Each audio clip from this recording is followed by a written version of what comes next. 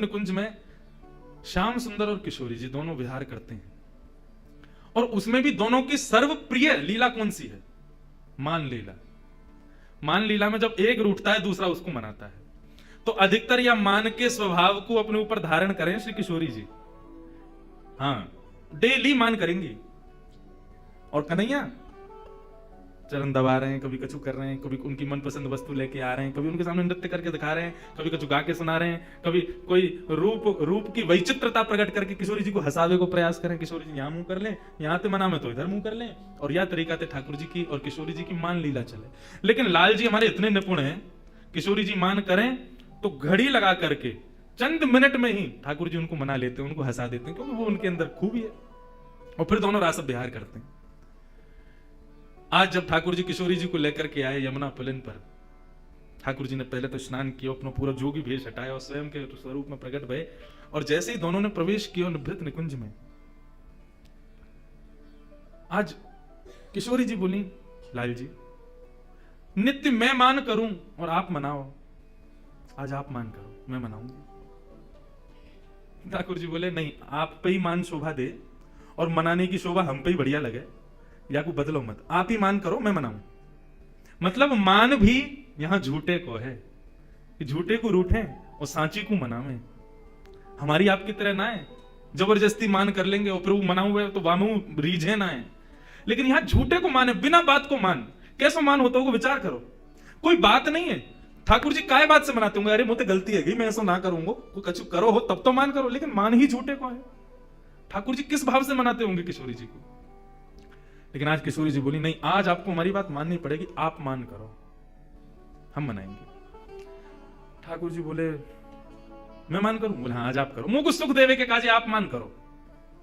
ठाकुर जी बोले ठीक है, तो आज हम मान करते हैं, आप मनाओ। और जैसे ही मान करके ठाकुर जी मुंह फुला के रूठ के और बैठे, देखो कैसी लीला, रूठ करके ठाकुर जी बैठ गए, मुंह फेर लियो। अब किशोरी जी कभी थोड़ी पकड़ करके अपनी ओर कर रही हैं, हे श्याम सुंदर कहा भयो मौसम बोलो। ठाकुर जी फिर मुंह फेर लें। किशोरी जी अच्छा तो आपको मयूर नृत्य बहुत प्रिय, देखो देखो मैं मयूर की तरह नृत्य करके दिखाऊं, तभी मयूरन को बुला लें, सामने असंख्य मयूर प्रकट हो जाएं, उन सबके मध्य में किशोरी जी नृत्य करें, आकाश से देवी देवता भी केवल श्रवण करें, क्योंकि निवृत्त निकुंज की लीला में वो भी दर्शन नहीं कर सकते, वे भी कान लगा करके सुनते रहे कि अरे किशोरी जी नृत्य कर रही हैं, उनके नूपुरन से प्रकट होने वाली ध्वनि कितनी मधुर है, किशोरी जी कितनी मधुर लग रही होंगी। हे श्याम सुंदर आप मान मत करो, रीझ जाओ, किशोरी जी को श्रम है रो है। लेकिन ठाकुर जी देखे ही नहीं रहे। किशोरी जी बोली अच्छा नृत्य से नहीं माने तो कुछ भोज्य पदार्थ लाऊं। ठाकुर जी का जी मिष्ठान रबड़ी, और अब साहब किशोरी जी ने स्वयं सिद्ध कियो और सिद्ध करके ठाकुर जी के आगे 56 भोग लगाए, और एक एक वस्तु उठा करके ठाकुर जी को कह रही लाल जी पाओ ना, मैं अपने हाथन से पवा रही हूं, मैंने देखो कैसे बनायो, ये दोहरी गाय के दूध की रबड़ी है, अरे कैसी सुगंधी आ रही है। ठाकुर जी तिरछी नजर तो देख तो ले, मुंह में एक बार जीभ पे चाट तो ले, लेकिन मान कर रहे हैं, माननो ना है, रीझनो ना है। अच्छा तो आप नहीं खाओगे तो फिर मैं ही खा लूंगा। जैसे किशोरी जी खावे बैठे, सो ठाकुर जी हाथ बढ़ा के बाद छीन ले धर ले, आप सो ना खाऊंगा खुद खा लूंगा, ऐसा मान करें। लेकिन किशोरी जी थक गई मनाते मनाते। ठाकुर जी ज्यों ज्यों मान में प्रवेश कर रहे हैं त्यों त्यों वो मान असली रूप धारण करते जा रहा हो, सत्य है तो जा रहा है। किशोरी जी ने खूब प्रयास किया कि श्याम सुंदर मान जाएं, लेकिन नहीं माने। एक दिन पूरा बीत गयो, एक रात्रि पूरी बीत गई, दूसरा दिन पूरा बीत गयो, दूसरी रात्रि पूरी बीत गई, तीसरा दिन बीत गयो, तीसरी रात्रि पूरी बीत गई, लेकिन ठाकुर जी ने मान नहीं छोड़ा। ठाकुर जी मन में सोच रहे हो बहुत पीछे पड़ रही, मान करो, ले कल ले मान, हमारा मान आज के बाद कहेंगी और ना कि तुम मान करो। लेकिन किशोरी जी को जब श्रम हुआ, मनाते मनाते मनाते जब हार गई, तो किशोरी जी नीचे नजर करके ऊपर एक अटारी पर, एक शिला पर श्याम सुंदर बैठे हैं और किशोरी जी नीचे हाथ रख के बैठी हैं। और श्याम सुंदर को बार बार देख रही हैं। बोले आपको 3 दिन से हमने मुस्कुराते भय ना देखो, आपके चेहरे पर एक प्रसन्नता ना देखी। लाल जी आप जानो ये कितना कष्ट दे रहा हो हृदय को, एक बार मान जाओ श्याम सुंदर। लेकिन ठाकुर जी नहीं माने।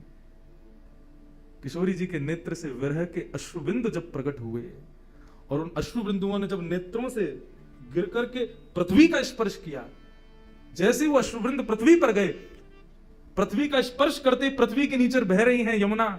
यमुना में जैसे ही उस अश्रु ने प्रवेश किया, यमुना का जल उष्ण हो गया, गर्म हो गया, लाल पड़ गया, बिल्कुल खौलने लगा। यमुना तुरंत अपने भैया यमराज के पास जाती है और यमराज से कहती है, यमराज तुम्हारे नरक में क्या इतनी वेदना किसी को दी जाती है जितनी वेदना अभी किशोरी जी को हो रही है? यमराज जी जब उस अश्रुवृंद का दर्शन करते हैं, कहते हैं यमुना, हमारे नरक में भी इतनी वेदना, इतना कष्ट किसी को नहीं दिया जाता जो कष्ट आज किशोरी जी को हो रहा है, कृष्ण विरह का। यमुना जी से सहन नहीं होता, तुरंत यमुना जी प्रकट हो जाती हैं और कहती हैं, हे राधिके, आपको ये कष्ट किसने दिया, हमें बताओ। तब किशोरी जी कहती हैं, श्याम सुंदर मान करके बैठे हैं, 3 दिन आए गए, रीझ ना रहे। यमुना जी बोली, इनको बड़ा गुमान है ना अपने रूप को, अपने स्वरूप को, अपने सबरे भावन को, यही मारे इतना तगड़ो मान किया है, हमारी किशोरी जी को वेदना है रही है, लेकिन ये अपना मान नहीं छोड़ रहे हैं। रुको किशोरी जी, आप यहीं विराजो, या कन्हैया को तो मैं देख के आऊं।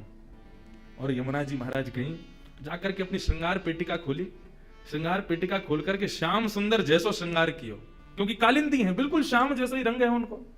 टिपारा धारण कियो, गले में माला धारण करी, कचकाचनी पहनी, हाथ में वंशी लई, लकटी लई, माला पहन करके सुंदर जैसे ही किशोरी जी के सामने आई, मुस्कुराती भाई। किशोरी जी बोली, श्याम सुंदर आप रीझ गए? बोले, श्याम सुंदर नहीं हूं, यमुना हूं। यमुना, तुम तो बिल्कुल ऐसी लग रही हो जैसे मानो श्याम सुंदर हूं। बोले, तो वही तो, ये अपने रूप से सबन को वेदना प्रदान करें, आज इनके रूप से इन्हीं को वेदना दूंगी मैं। और जैसे कन्हैया चले, जैसे बैठे, जैसे बोले, जैसे हंसे, बिल्कुल यमुना जी ने वही रूप धारण कर लियो। ठाकुर जी मान करके बैठे, इतने में नूपुरन की छम छम छम छम आवाज आई। ठाकुर जी बोले, ये तो मेरे नूपुरन की ध्वनि है, मैं तो यहां बैठा हूं, फिर मेरे नूपुरन की ध्वनि पीछे से कैसे आई? ठाकुर जी अपने नूपुरन को बजा में बोले, मेरे नूपुर तो मेरे पास है, फिर ये कौन आयो? हल्के से मान करके बैठे ना, देख ना सके, तो हल्की सी नजर पीछे करके देखो तो एक वृक्ष की अटारी में से श्याम सुंदर की तरह सुंदर पाग पहन के, टिपारो पहन के, मोर पंख लगाए, हाथन में वंशी लिए, वरहा पीडम नटवर वपुः कर्णयो कर्णकारम विभ्रतवासा कनककपसं वैजयन्तीं च मालां रंध्रान वेणो वधर सुधया पूरयन् गोपवृन्दै वृंदारण्यं स्वपदरमणं प्राविशत गीत कीर्ति। ठाकुर जी का वो वेणु रव का स्वरूप, जिस पर समस्त गोपियां न्यौछावर रहती हैं, वही रूप एक सुंदर वृक्ष की ओट में से प्रकट हो रहा है। ठाकुर जी ने जैसे ही देखो, देख करके वह रूप के पीछे पीछे चलने लगे। वहां की नूपुरन की चाल देखें, वहां की वंशी देखें, वहां की लकुटी देखें, वहां की माला देखें, वहां के मुकुट देखें, सब वही जो ठाकुर जी के पास है, वही सब कुछ। अरे तुम कौन हो, तुम कहां से आए हो? यमुना जी बोली, मैं श्याम सुंदर हूं। बोले, श्याम सुंदर तो मैं हूं। बोले, तुम नकली श्याम सुंदर हो, असली श्याम सुंदर मैं हूं ना। नंद बाबा मेरे हैं। बोले, तेरे नाए मेरे हैं। यशोदा मेरी है। बोले, तेरे नाए मेरे हैं। सबको भाव रखो, तेरे नाए मेरे हैं। अंत में यमुना जी बोली, और बताऊं, राधा रानी भी मेरी है। और देख, इतने में ही पीछे से किशोरी जी प्रकट है करके और यमुना जी के बगल में आकर के जैसे ही खड़ी वहीं, और जैसे ही यमुना जी ने गलवैया देकर के किशोरी जी के कंधा पे अपना हाथ धरो, सामने खड़े भये कन्हैया को क्रोध आयो। बोले कि तुम कौन हो? मैं अभी अपनी अपनी नेत्रन से ज्वाला प्रकट करके ध्वस्त कर दूंगा, और ये मेरी किशोरी पर तुमने हाथ कैसे रखो? किशोरी जी भी हाँ, मेरे श्याम सुंदर तो यही है। इतने में ही ठाकुर जी को मान दूर नेत्रन से आंसू प्रकट है गए, रूठ गए, चरणन में गिर गए। बोले, अरे मैं ही सच्चो श्याम सुंदर हूं, देखो मेरी वंशी, देखो मेरी ये, देखो मेरा वो, सब कुछ दिखा में। अंत तो गत्वा किशोरी जी बोली, नहीं, श्याम सुंदर तो यही है। ठाकुर जी बोले, एक चीज प्रमाण दे सकती है कि असली श्याम सुंदर कौन है। बोले, कैसे? अच्छा किशोरी जी, ये बताओ तुम्हारी हाथ की मुंदरी कहां है? किशोरी जी बोले, अरे मेरी मुंदरी कहां गई? बोले, जा पे मुंदरी मिलेगी वही असली श्याम सुंदर। हाँ भाई, निकाल रहे, मेरी यशोदाएं ले गो, मेरी किशोरी जी ले गो, मेरी उन्हें ले गो, मुंदरी दिखा। तो उनके पास मुंदरी नहीं थी। ठाकुर जी ने जैसे ही प्रकट की मुंदरी, किशोरी जी ने मुंदरी ले ली, हाथ में पहन ली, और दोनों उनको मान भाव, प्रेम भाव में प्रकट है गयो। श्री यमुना जी चरण में बैठ करके प्रणाम करने लगी। प्रणाम करके ठाकुर जी से बस यही भाव कहो कि आप मान करो प्रभु, सब करो, लेकिन हमारी किशोरी जी को ऐसी ऐसी वेदना मत दो कि पाताल तक आश्चर्य करे कि इतनी वेदना। आपके रूप की वेदना, आपकी प्रसन्नता की वेदना हमारी किशोरी जी को नहीं हुए, ये विचार करियो, नहीं तो नूतन प्रलय है जाएगा कहो देना। और मुंह को वरदान प्रदान करो, मैंने आपको श्रम दियो, क्षमा करियो। ठाकुर जी बोले, नहीं नहीं, आप बस सदा ऐसे करियो कि सदा मेरे या रूप में ही विराजमान रही हो। तब से श्री यमुना जी श्याम सुंदर के स्वरूप में ही विराजती हैं। श्याम सुंदर श्री यमुने महारानी की। श्याम सुंदर का ही स्वरूप श्री यमुना जी का है। ये किशोरी जी और श्याम सुंदर की मान लीला का भाव है। तो ऐसे बंधुओं, ये निभृत निकुंज लीला है, कुंज लीला है, निकुंज लीला है, निभृत निकुंज लीलाएं हैं। ये सब किशोरी जी की लीलाएं हैं। आज निभृत में नेक प्रवेश करायो, कल ना जाने किशोरी जी कहां पहुंचा हूं। सदा सदा इन किशोरी जी के चरणन में हम प्रणाम करें। हम ब्रजवासियों की स्वामिनी हैं, आप लोगों पर कृपा है कि आप नागपुर के निवासी हो के, महाराष्ट्र के निवासी हो के, मारवाड़ी समाज में होकर के भी किशोरी जी को अपनो मानो, अपनो जानो। या बात तो निश्चित मुझको कल से ही आभास है रहो कि किशोरी जी भी यहाँ घर को अपनो ही माने। ये उन्हीं की काकी है, ये उन्हीं के भैया है, ये पूरा उन्हीं को ही परिवार है। लेकिन बस भाव इतना है, यहाँ संबंध बनाना पड़े, लेकिन हमारे ब्रज में जन्म लेवे वारो ही किशोरी जी को ही है। या बात में हम नेक ऊपर हैं आपसे कि हमारे ब्रज में जन्म भयो तो हमारा कोई संबंध बनाना नहीं पड़ा, हम तो हैं ही किशोरी जी के, हम श्री किशोरी जी के सदा रहें, बस यही भाव है। महाराज का एक भाव ऐसा बताया जाता है कि ठाकुर जी जब महाराज करने के लिए गए तो ग्वाल बाल नहीं गए, बोले गए थे, लेकिन पहले ही गोपियों ने महाराज के बाहर परकोटा बना दिया और उस परकोटा में सुंदर सुंदर सुंदर सुंदर गोपियों को वहीं पर रास की भूमिका में प्रविष्ट करा दिया। वहीं फुब्बारे लगा दिए, वहीं गोपियां रास कर रही हैं, वहीं पर सुंदर भोज्य पदार्थ लाए जा रहे हैं, वहीं पर पेय पदार्थ लाए जा रहे हैं। तो ग्वाल बाल बाहर परकोटे में ही खड़ी, वही गोपीन में ही मोहित है कि वहीं रह गए। भीतर के रास में तो श्री ठाकुर जी ने प्रवेश किया। ये चित्र मैंने दर्शन किया था श्री सरस कुंज जयपुर में। वहां पर महाराज जी अपने अनुभव से चित्र बनवाते थे, तो वहां उन्होंने परकोटा बनवाया रास भूमि के बाहर, और वहां रास में चारों तरफ छोटी छोटी कुंज बना करके वहां कुछ गोपों को ही सखी बना करके वहां गोप ग्वालों को ही सखी रूप में खड़ा करवा दिया समस्त गोपियों ने। मतलब ग्वाला ही चुनरी ओढ़ करके, आंखल में कजरा लगा करके उनको कछु दिए होंगे गोपीन ने, कछु मोह दिया होगा तो माखन दे देंगी, तो कुछ दही दे देंगी, तो कोई करनो कहा सखी बन के खड़ो है जाइयो बाहर, और क्या करनो कन्हैया के संग जितने ग्वाल वाल आवेंगे सबन को मोहित कर लियो अपने ऊपर। तो ठाकुर जी के ग्वाल वाल तो बाहर के परकोटा में ही रह गए, भीतर तो ठाकुर जी ने प्रवेश किया। तो निकुंज लीला में केवल श्याम सुंदर, किशोरी जी और किशोरी जी की सहचर्या, लेकिन जब निवृत्त निकुंज की लीला प्रारंभ होती है वहां पर किसी का प्रवेश नहीं है, वहां केवल श्याम सुंदर और श्री किशोरी जी, केवल इन दोनों के भाव ही विद्यमान होते हैं, इसके अतिरिक्त कोई भी वहां नहीं विराजता है। उस निवृत्त निकुंज की लीला का ना तो वाचन किया जा सकता, ना श्रवण किया जा सकता है, केवल उसका अनुभव किया जा सकता है कि ठाकुर जी की ऐसी लीला चल रही होगी, ऐसा भाव हो रहा होगा, ये हो रहा होगा। उन निवृत्त निकुंज की लीला के अनुभव में प्रवेश करने के लिए श्री किशोरी जी के चरणों में हम उन्हीं से अनुमति ले सकते हैं, वही अनुमति दें तो उसमें प्रवेश मिल सकता है। जिस निवृत्त निकुंज की लीला में श्री राधा बाबा प्रवेश कर चुके थे, श्री भाई जी प्रवेश कर चुके थे, हमारे वृंदावन के श्री पंडित गया प्रसाद जी महाराज प्रवेश कर चुके थे, वर्तमान के श्री माधवदास बाबा प्रवेश कर चुके हैं। निवृत्त निकुंज की लीला में जब ठाकुर जी की लीला का अनुभव होता है तो उसका वर्णन मुख नहीं करता, नेत्र करते हैं अश्रुओं के भाव से, ऐसा भाव है। एक भाव और सुना करके आज के विषय को विराम देंगे, फिर कल एक बिहाग का पद गा करके वृंदावन को और श्री किशोरी जी को हम प्रणाम करें, और फिर कल पुनः 3 बजे से ये मंगल रस चर्चा हम श्रवण करेंगे। कर वृंदावन वास रे मन, कर वृंदावन वास, कर वृंदावन, सब लोग वास रे मन, कर वृंदावन वास,